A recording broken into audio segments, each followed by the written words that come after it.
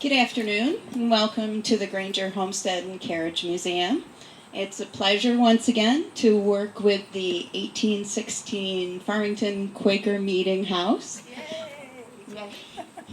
Also appropriate for the Granger Homestead because Gideon Granger finished the 2-year project of building this beautiful home in 1816. For any of you who don't know, Gideon Granger was the longest-serving U.S. Postmaster General under Presidents Jefferson and Madison.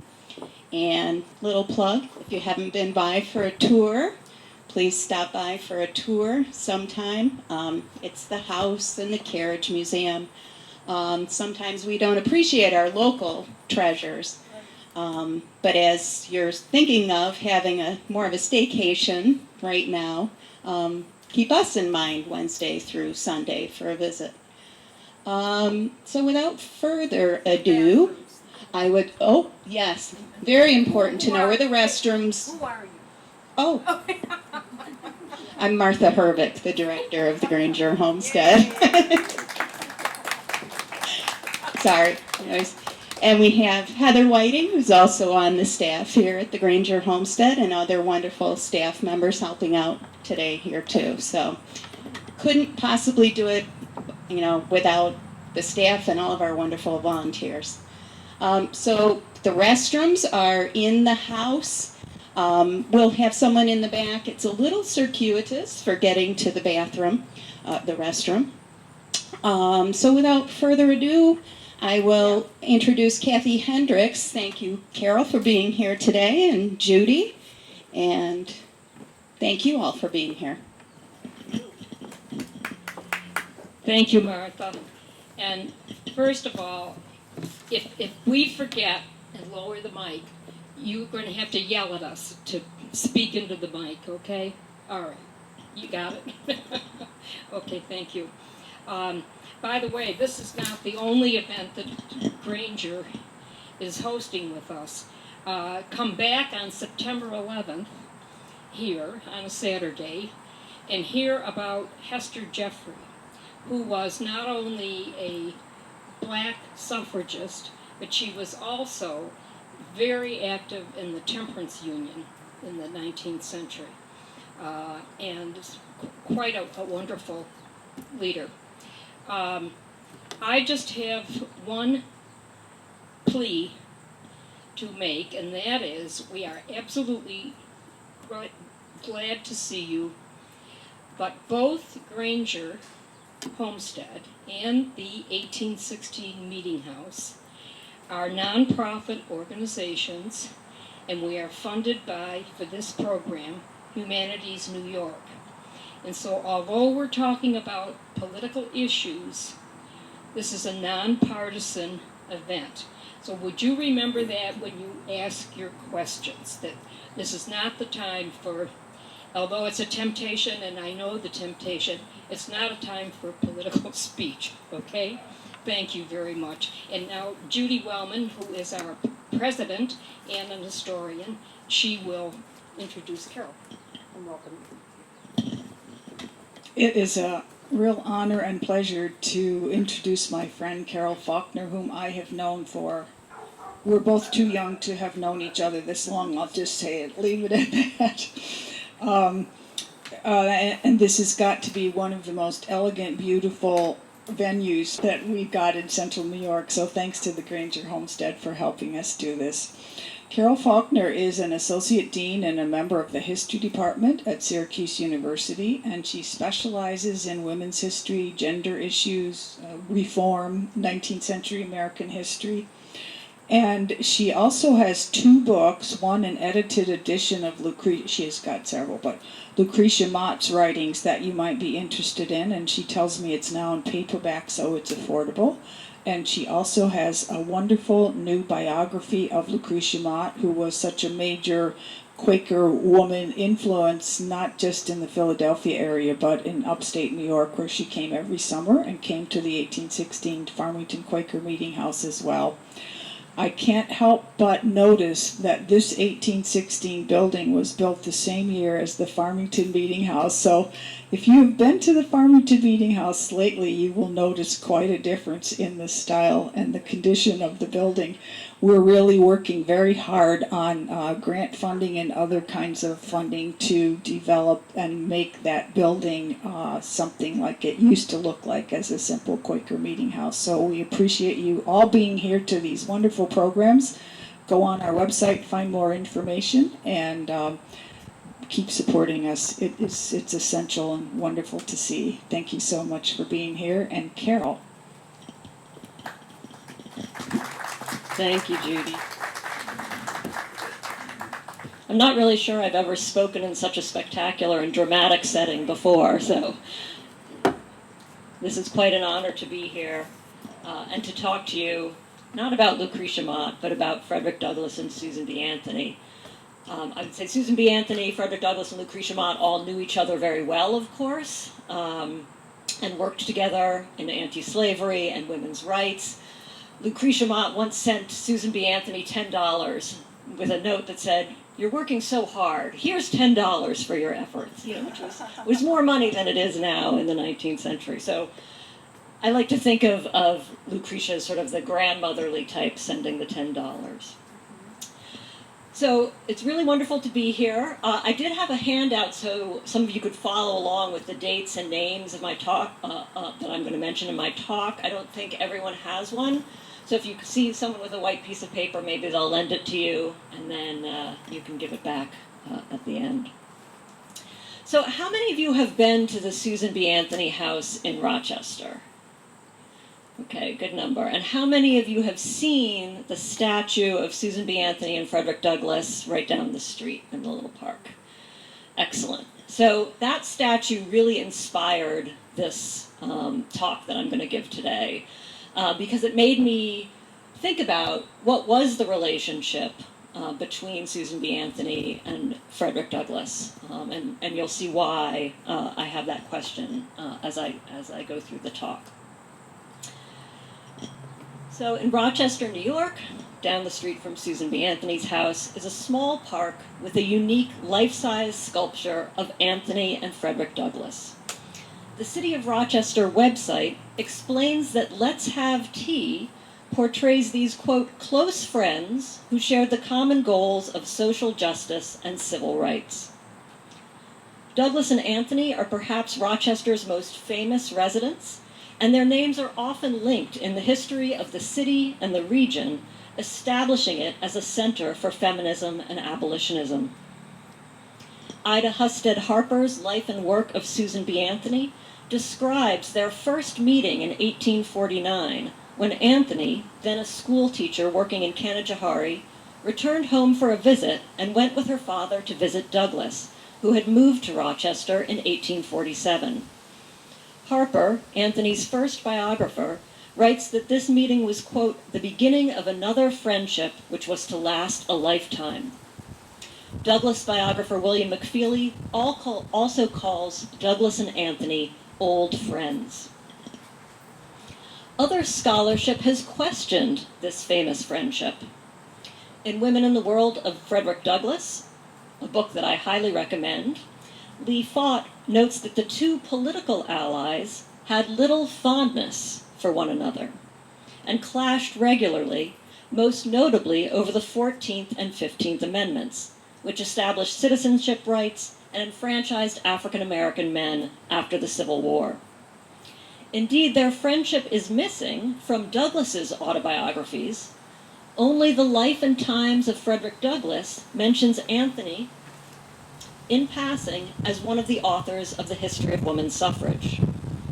In his recent Pulitzer Prize-winning biography of Douglass, David Blight describes him as an old ally of Anthony, and since Harper, Anthony's biographers have also equivocated on the nature of their association, with one, Retta Child Dorr, refusing to use the term friend to describe the relationship between Anthony and Douglass. Such assessments by historians and biographers often say as much about the time period, context, and author as about Anthony. And I'll just give Retta Child-Dorr as an example. Retta Child-Dorr was a journalist and a suffragist, and she was scathing in her description of Douglass. She called Douglass, and these are also offensive ways to describe him, she called Douglass a prize exhibit, an intelligent mulatto, and arrogant. In 1869, in the controversy over the 15th Amendment, she wrote, quote, "The defection of Frederick Douglass was particularly despicable, since he owed almost all of his success in life to women. Yet Douglass, with callous ingratitude, now fought for his own enfranchisement at the expense of women's freedom." Dorr, at that time, she published a biography in 1928, had been a member of the National Woman's Party, which ignored African American women's pleas to investigate violations of the 19th Amendment in the South. And so she was very much interested in promoting women's rights and disinterested in promoting African American rights. However, even Ida Husted Harper viewed Douglass's dismissal of women's rights in 1869 as humiliating and described it as something that Anthony resented. And we'll hear more about that dispute today. The 1869 split in the women's rights movement, which I've already referred to, is when two competing women's suffrage organizations emerge. And it has long held an important place in the history of the women's rights movement. The timeline that I handed out shows where it falls in the history of the 19th century women's movement, as well as in the long association between Anthony and Douglass. And that timeline also includes other moments I'll refer to in my talk. So for those of you who are not familiar with this, after the American Civil War, abolitionists and women's rights activists formed the American Equal Rights Association to fight for universal suffrage, that is, voting rights for all. When the 14th and 15th Amendments did not include women's suffrage, and indeed seemed to limit the definition of voters to men, members of the American Equal Rights Association debated whether or not to support these amendments. Elizabeth Cady Stanton and Susan B. Anthony opposed the 14th and 15th Amendments because they excluded women. Frederick Douglass, Lucy Stone, and others supported them as a step on the road to universal suffrage. The American Equal Rights Association, after this internal fight, collapsed, and Stanton and Anthony formed the National Woman Suffrage Association, and Lucy Stone formed the American Woman Suffrage Association. Earlier histories portrayed this split as the birth of a woman-led movement independent of its old alliance with the anti-slavery movement. More recent histories have focused on the 1869 split to illuminate the racism and betrayal of the white suffrage movement. And Elizabeth Cady Stanton's remarks at that final American Equal Rights Association convention in 1869 are one example of this racism, and I'll just quote very briefly. Stanton stated, "Think of Patrick and Sambo and Hans and Young Tongue, who do not know the difference between a monarchy and a republic, who cannot read the Declaration of Independence or Webster's Spelling Book, making laws for Lucretia Mott, Ernestine L. Rose, Susan B. Anthony, or Anna E. Dickinson." And I'm going to talk a little bit about what Frederick Douglass and Susan B. Anthony had to say at this meeting later on. In 2020, with the 100th anniversary of the 19th Amendment, suffrage scholars and public intellectuals such as Brent Staples of the New York Times turned a spotlight on this 1869 split in the American Equal Rights Association and denounced the reactionary racism of Anthony's women's suffrage movement. And on the back are just a few of the timeliners, just a few references to some of those stories in the popular media. While the media coverage often used pictures of Anthony to illustrate their articles, their examples mainly come from Stanton, who Staples called a classical liberal racist. Indeed, the centennial, and that was when this talk was originally supposed to be given in 2020, the centennial was marked by heightened attention to Black, Indigenous, and people of color suffragists, and unflinching criticism of Anthony and Stanton as leaders of an exclusionary white movement. In a tense presidential election year that featured Black Lives Matter protests and the first woman of color on a major party ticket, this history seemed more relevant than ever. I didn't get the memo about no politics, so sorry about that. None of these books or articles associated with the centennial examined the long connection between Anthony and Douglas, which lasted for over 4 decades, and what it might tell us about the complicated history of women's rights and the importance of alliances, even uncomfortable ones, in social movements. In my talk today, I will explore the history and memory of the public pairing of Frederick Douglass and Susan B. Anthony, and its significance for the intertwined history of anti-slavery and women's rights. I will trace the evolution of their relationship from their first meeting in 1849, and some of the moments, which did include drinking lots of tea, that established their long-standing, if contentious, bond. Their relationship was grounded in a place, Rochester, New York, and grew in its diverse community of reformers. During their careers, they both engaged with profound questions of equality and democracy, and they shared a vision of political and financial independence for women and African Americans. Their relationship faced 2 major hurdles. First, the 1869 split, and second, Anthony's poor response to Douglas's second marriage to Helen Pitts, a white woman from the same part of New York State. Even so, in the context of hardening racial lines after Reconstruction, they constructed a public friendship that served to soften the radicalism of their politics as an extension of their personal ties. While their friendship served a public purpose, it was also based on their shared history. This paper will conclude with a brief look at the importance of place in the historical memory of their friendship. The city of Rochester remains a primary link between the 2 activists and the social movements they represented. Douglas and Anthony met through her father, Daniel Anthony, a Quaker and abolitionist who had joined Douglas at the second 1848 Women's Rights Convention in Rochester, which was held 2 weeks after the Seneca Falls Convention. Another biographer of Anthony, Catherine Anthony, a distant relation, describes Douglas as one of Daniel Anthony's closest friends. One of Anthony's first references to Douglas was in a letter to her mother from Canajoharie, written in 1848, in which she describes a cousin commenting that, quote, "He never saw a man so wrapped up in an N-word as father is in Douglas." Anthony's use of that word, even to mock a relative's and her father's political views, indicates the casual racism that persisted among many white abolitionists. The word also established boundaries, a social distance between herself, her family, and Douglas.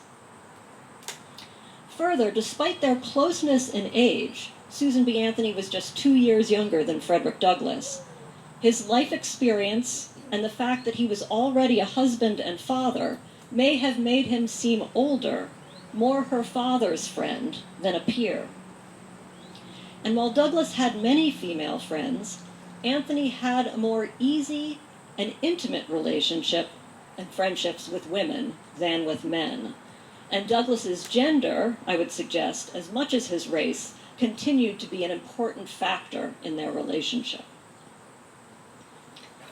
Through the 1850s, Douglass and Anthony lived in the same community, shared stages and platforms, and built the personal and political connections between their families. In 1858, they presided over a meeting to protest the death sentence of a local Rochester man named Ira Stout, ultimately facing a mob of 2,000 people. The quote-unquote riotous proceedings included cruel taunts, shameful indecencies, and ribald slang directed at Douglass and Anthony. On New Year's Day, 1859, Susan and her sister Mary visited Douglass at his home, had tea, of course, and listen to Douglas read an early version of his speech on self-made men. Around the same time, Anthony was working on a parallel speech on the true woman. Concerned for his freedom following his friend John Brown's capture after the raid on Harper's Ferry, Douglas left the country. Anthony hosted a memorial and fundraiser on the day of Brown's execution. In 1862, Douglas gave one of the eulogies at Daniel Anthony's funeral, and the following year he donated to the Women's National Loyal League, organized by Anthony, Elizabeth Cady Stanton, and other women's rights activists, to petition for emancipation. During the strategic rift over the 14th and 15th Amendments, this close collaboration changed. In the American Equal Rights Association, Douglas prioritized suffrage for African American men, arguing that the ballot was an urgent and necessary response to racial violence. Anthony focused on the privileges of sex, pointing out that Douglas, quote, would not exchange his sex and color, wronged as he is, with Elizabeth Cady Stanton. Douglas, too, had emphasized the privileges of white women, who had, quote, 1,000 ways to attach herself to the governing power of the land through her male relatives. White women, he argued, were being ungenerous. Even so, after the split in the American Equal Rights Association, like Sojourner Truth, Douglas was ecumenical, joining the short-lived committee to reunite the two new competing suffrage organizations and attending meetings of both the National and American Women's Suffrage Associations. Douglas and Anthony continued to appear on women's rights platforms together.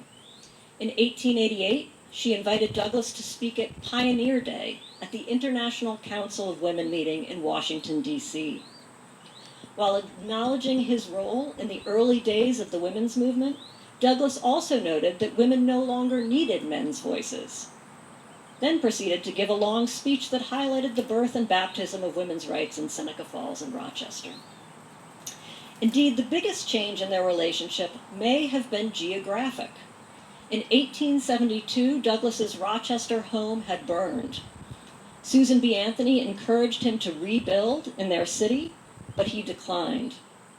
When Douglas returned to visits to Rochester, however, they got together for tea. It was in this period of geographic separation that their friendship took on public significance.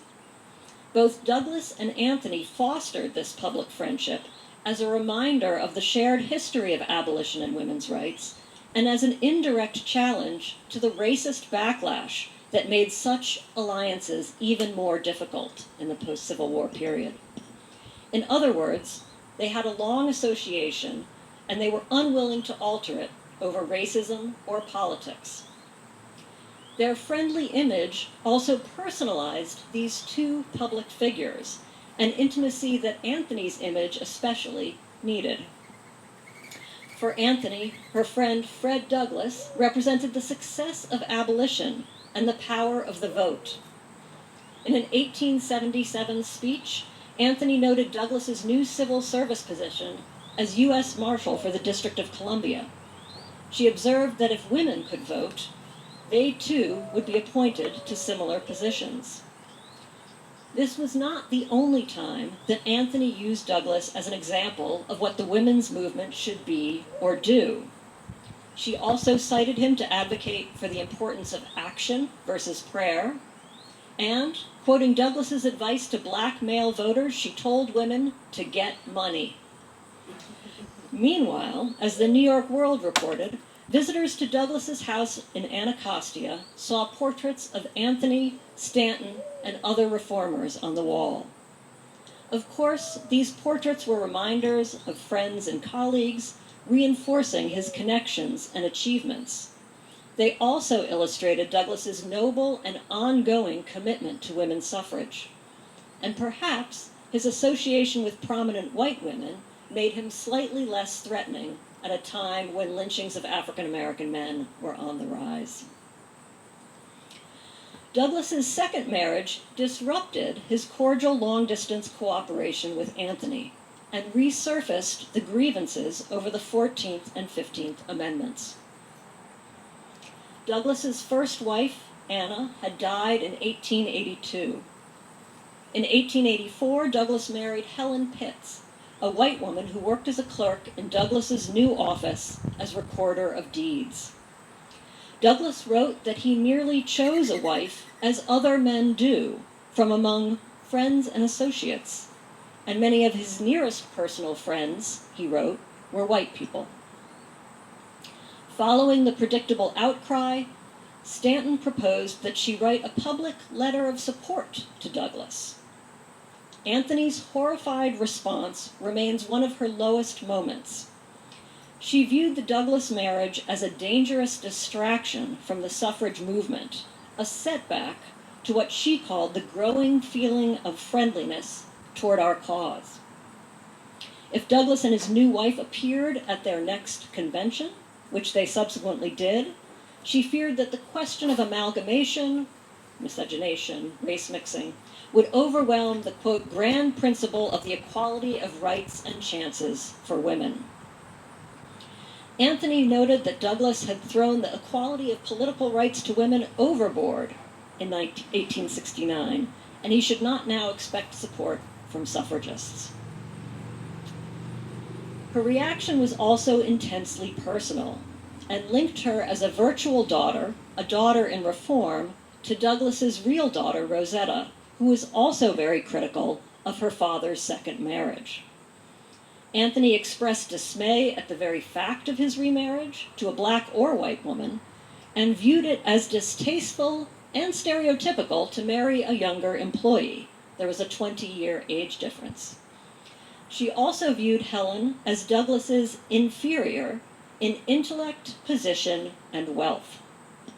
Despite Anthony's initial reaction, Frederick and Helen Douglas maintained the relationship, calling on her in Rochester, and she likewise called on them when she was in Washington, D.C. Douglas's death, immediately following an 1895 suffrage meeting in Washington, D.C., solidified his friendship with Anthony in the public mind. According to the New York Times, Anthony, his lifelong friend, had escorted Douglas to the convention platform earlier that day.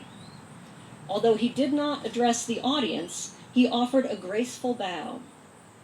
Anthony's diary offers the same account as the New York Times, with the additional information that they had spent a half-hour chatting at the end of the day.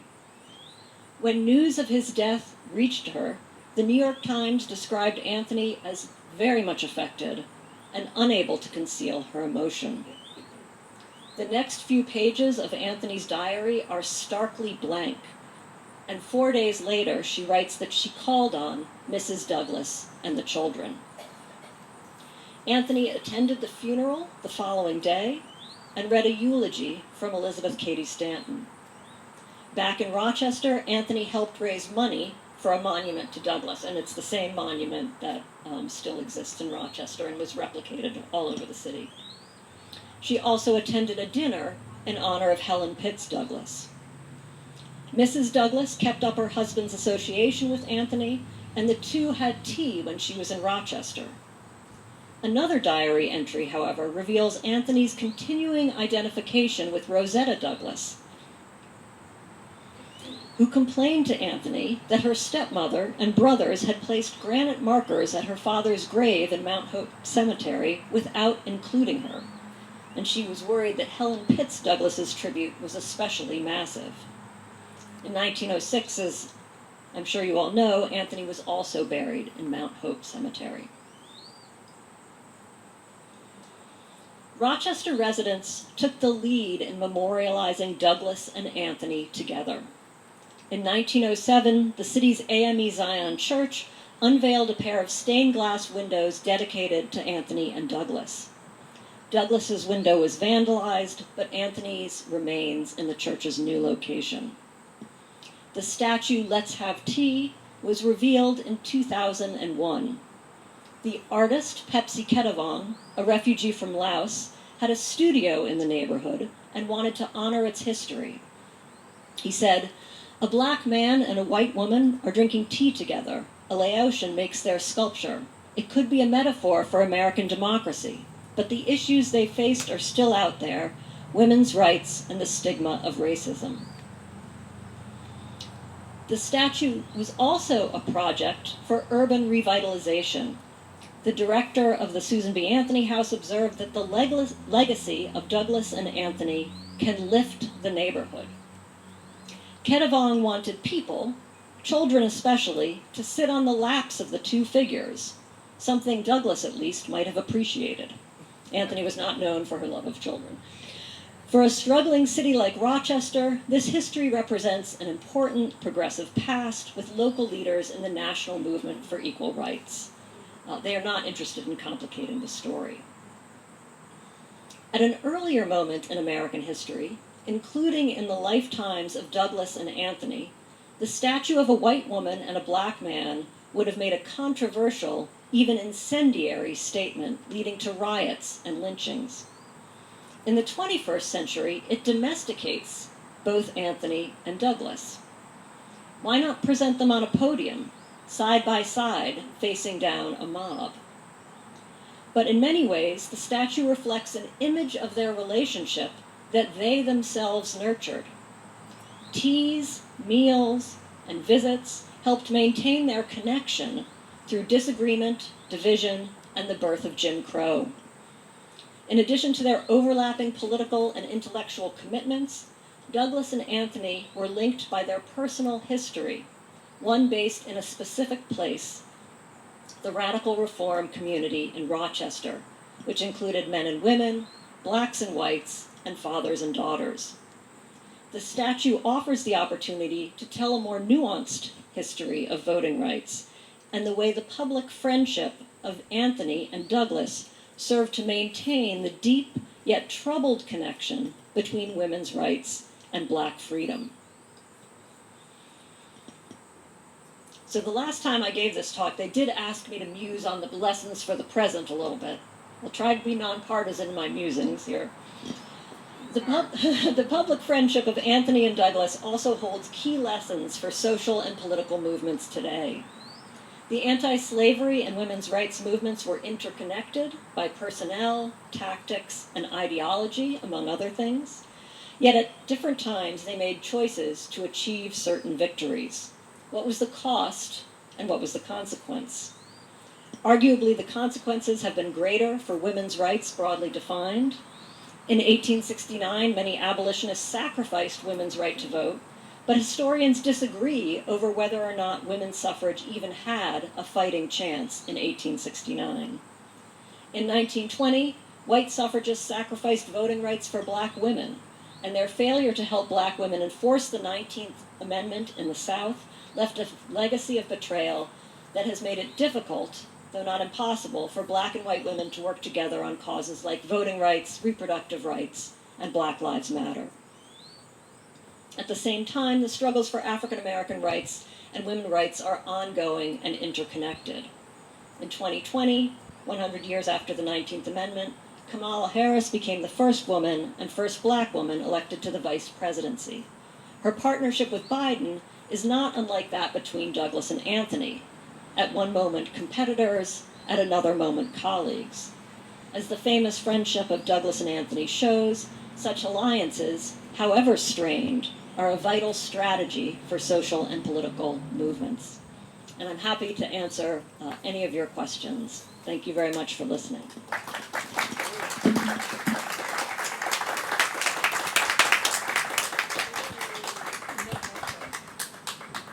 We may have to, here, I just want to, if you have a question, we may have to repeat it so that you all can hear it. Shout, yeah. Questions, comments, ideas, reactions, yes. I couldn't help but think of Scalia and his friendship with Ruth Ginsburg. You couldn't help, but I got that right. Think about Scalia and his friendship Oh, with Scalia, yes. Ruth Bader Ginsburg. With Ruth Bader Ginsburg, yes. Yeah. Yes. I'm not sure I agree with the comment about Susan B. Anthony not liking children. not liking children. Yeah, I disagree with that. Okay, do you have some ideas to Well, she incidents? was very close to her own nieces and nephews, very, very nurturing of them. The children of some of her associates, she was very close to and nurturing. So, yes, I don't necessarily agree with that. All right, comment. do you want to respond? I would say Susan B. Anthony was not a maternal person necessarily. She was not that interested in having children herself, obviously, or having others have them. So she, and this is true of Lucretia Mott, who was a mother and grandmother too, right? We're always very critical when other suffragists got married and started to reproduce, you know, and she was very impatient with Stanton's children and child-raising practices, you know, and so she was not, when she went over to the Stanton household, she was not very warm and fuzzy with her children. Douglas, however, did love children and was quite hands-on with children. So it could be a generalization. I'm not saying she didn't have good relationships with individual children, but she was not, you know, known for her warmth. Yeah. Other comments, questions? Do you want to comment a bit about Anthony's uneasiness about the first NASA convention, National American Woman Suffrage Association in the South in Atlanta? Sure. So after the split in 1869, the two suffrage organizations reunited in 1890, and they began at that point to have meetings in the South. Washington, D.C. was, of course, the South, where they had also had meetings. But this was in a time period when making alliances with white suffragists was essentially an endorsement of the racial position of the U.S. South, right, of lynching, of other things like that. And Anthony was very uncomfortable with, I guess, a lot of things some of her younger colleagues were willing to do. This includes excluding Stanton after she published the Women's Bible. But one of them was, you know, Anthony was very willing to be critical of Jim Crow policies, to be critical of lynching, and actually even to advocate for interracial marriage at certain points in her career, you know, which was a very rare thing for people to do at that time. And so she actually maintained her own personal commitment to racial egalitarianism, even as the movement moved away from that as a whole. Reactions? I did a little bit of work. In 1903, the National American Woman Suffrage Association met in New Orleans, and there was a newspaper article, and Anthony was there. She was in her 80s. She spent most of the time in her hotel room, I think, taking naps, which I can certainly see it as I get closer to that age. But the newspaper article picked up a story about Anthony having spoken in New York City at a gathering for black men's voting rights in the time of Jim Crow. And she had been very articulate and also linked it, as she always did, to women's voting rights. And they were very critical of women's suffrage in New Orleans publicly because of what Anthony had just said in New York City. So the National American Woman Suffrage Association Executive Committee came out with a resolution that the National American Woman Suffrage Association supported the federal amendment for suffrage, which was patterned after the 15th Amendment for black suffrage, for women's suffrage, and they took no position on any other questions of suffrage because people all over the country had such different ideas. A lot of people have seen that as a cop-out and a kind of sellout of the National American Woman Suffrage Association because they refused to support black women's suffrage or black suffrage in the South. She went home. On the way home, she stopped at Tuskegee Institute, talked to black women suffragists there, including Mary Washington, Booker T. Washington's wife. She came home to Rochester and she went to another public meeting on behalf of black suffrage in Rochester, speaking out. So she's got this complicated personal commitment to suffrage, equal rights for everybody all the time. Hester Jeffrey was one of her really good friends in Rochester. Jeffrey, 1904, went to the National Association of Colored Women's Clubs in St. Louis and seconded the motion for the National Association of Colored Women to support women's suffrage. So that relationship is another one between Anthony and Hester Jeffrey that really needs to be explored. That would be a lot of fun.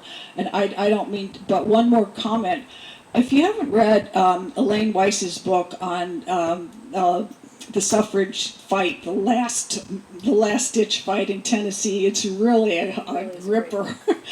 One of the things she mentioned I had not realized was that anti-suffragists in Tennessee got a whole hotel room in that hotel, and they put up exhibits, and they put Elizabeth Cady Stanton's Woman's Bible to show why nobody should vote for women's suffrage. But for Anthony, they put up pictures of all of her black friends, Hester Jeffrey, Frederick Douglass, Ida Wells Barnett, as a way to try to sway the Tennessee legislature to vote against women's suffrage, because they were portraying Anthony as so tied to the rights of black women and men as well as women. So it's just a fascinating, and so I always look at myself and I say, what would I have done? What would you have done? Other comments, thoughts, questions? So, the women's suffragists, what about people coming after them? Did anybody threaten her, or was she in such a position that just didn't happen for her? I mean, did they fear physical harm the way other people did? Could you repeat that? So the question is, did anyone sort of try and attack Anthony, basically? Did she have to fear for her safety as she traveled around the country? And I would say before the Civil War, both Douglass and Anthony very much had to fear for their physical safety, that mobs against anti-slavery conventions and meetings were commonplace.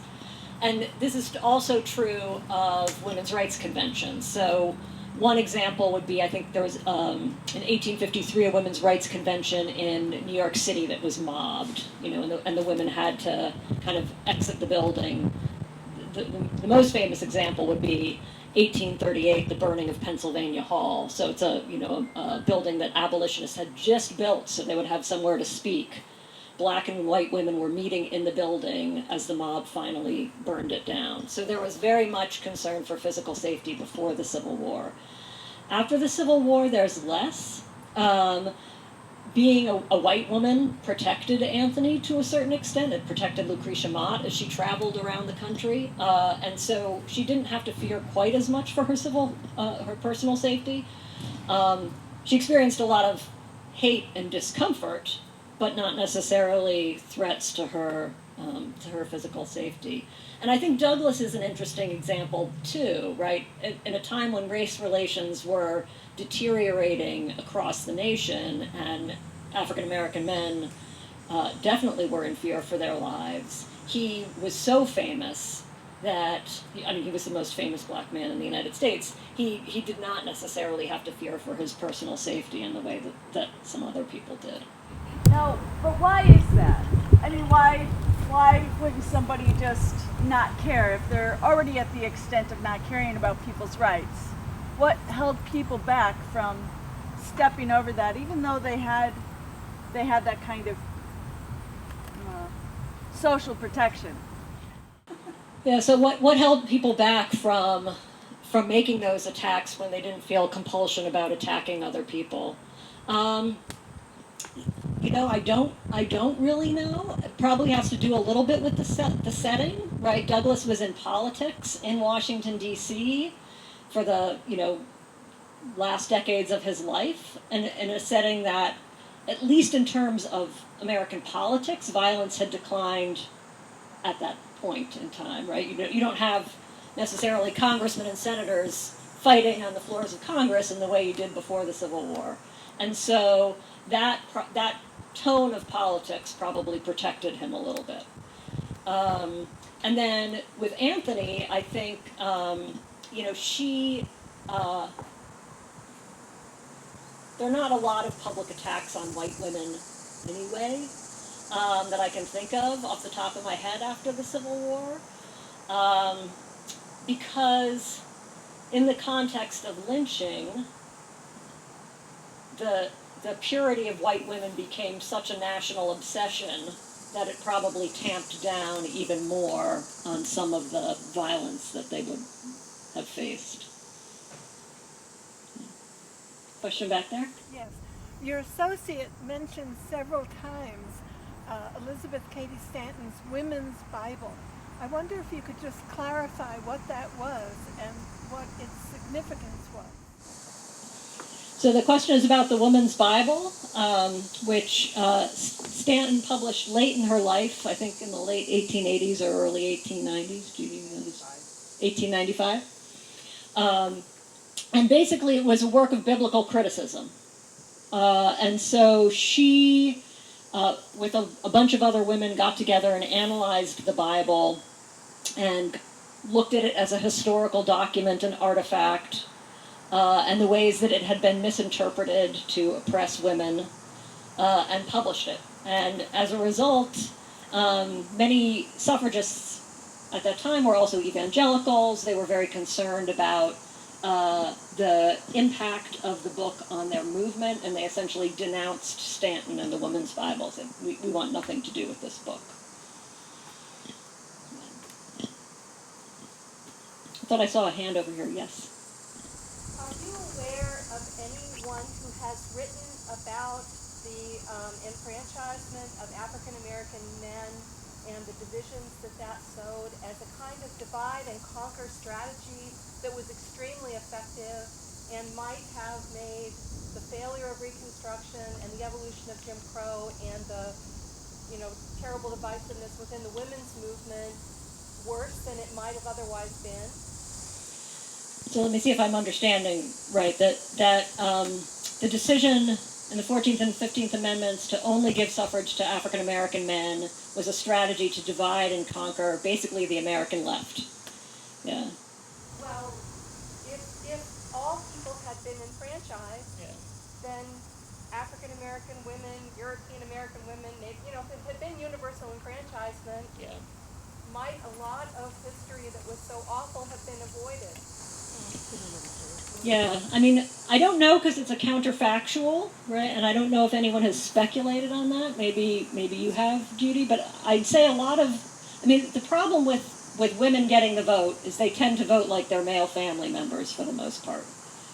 So there were plenty of women willing to vote Democratic. There were plenty of women willing to vote Republican, and it didn't really have to do, it didn't really have to do it. I mean, the argument that white suffragists sometimes made in the U.S. South was, if you give voting rights to white women, it'll be a victory for white supremacy, because you'll just have that many more white voters. And so that's the argument that they often made as they were traveling around. So, and I also think, and I'd be interested to hear Judy's opinion on this, that it was women were so far from having the vote in the 1860s that it was probably unlikely that anyone was seriously considering it beyond a handful of radicals. I don't know. That's what Judy would think too. Yeah. So, I think it was a long shot. Yeah. Yep.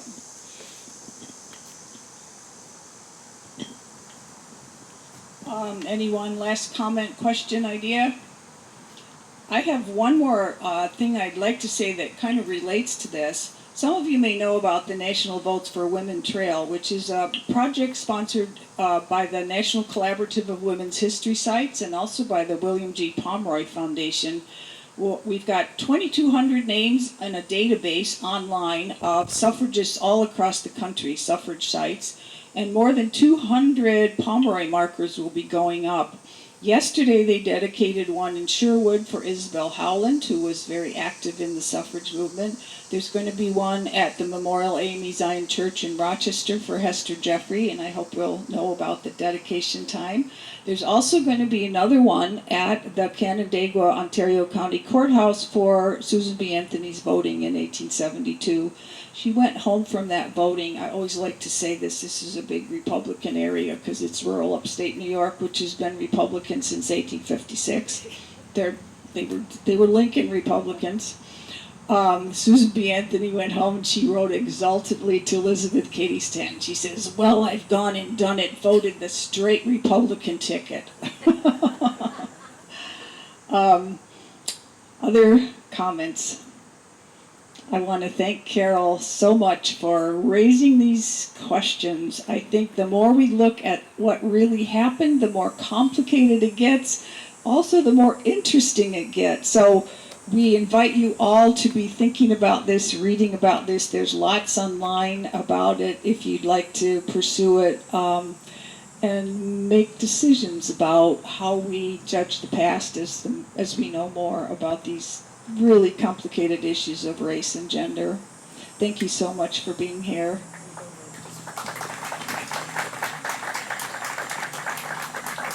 Thank you. Maybe we should apologize for not having tea today, but there are bottles of cold water over there. So, and so, yeah, and our sign-in sheets are there. We'd like to. First of all, we like to be able to say how many people came, and we may already have your email, but if not, we really want your email so we can notify you for reminding you of some of our events, or if we have to say this event is canceled, whatever. It's one way of getting a quick alert from us. So please, if you would, share your email with us. And our website. Our website is farmingtonmeetinghouse.org. And you may have seen Demian with a camera in the background. He has filmed this for us, and it will be available on our website for a limited amount of time. But if you want to watch this again, or if you want to tell somebody who missed it that it would be interesting to watch, keep looking at it. It won't be there tomorrow, but I mean, it will be there soon. So just keep checking in with our website, and we'll let you know. Okay? Thank you. And we'll see you here September 11th, okay? Thank you.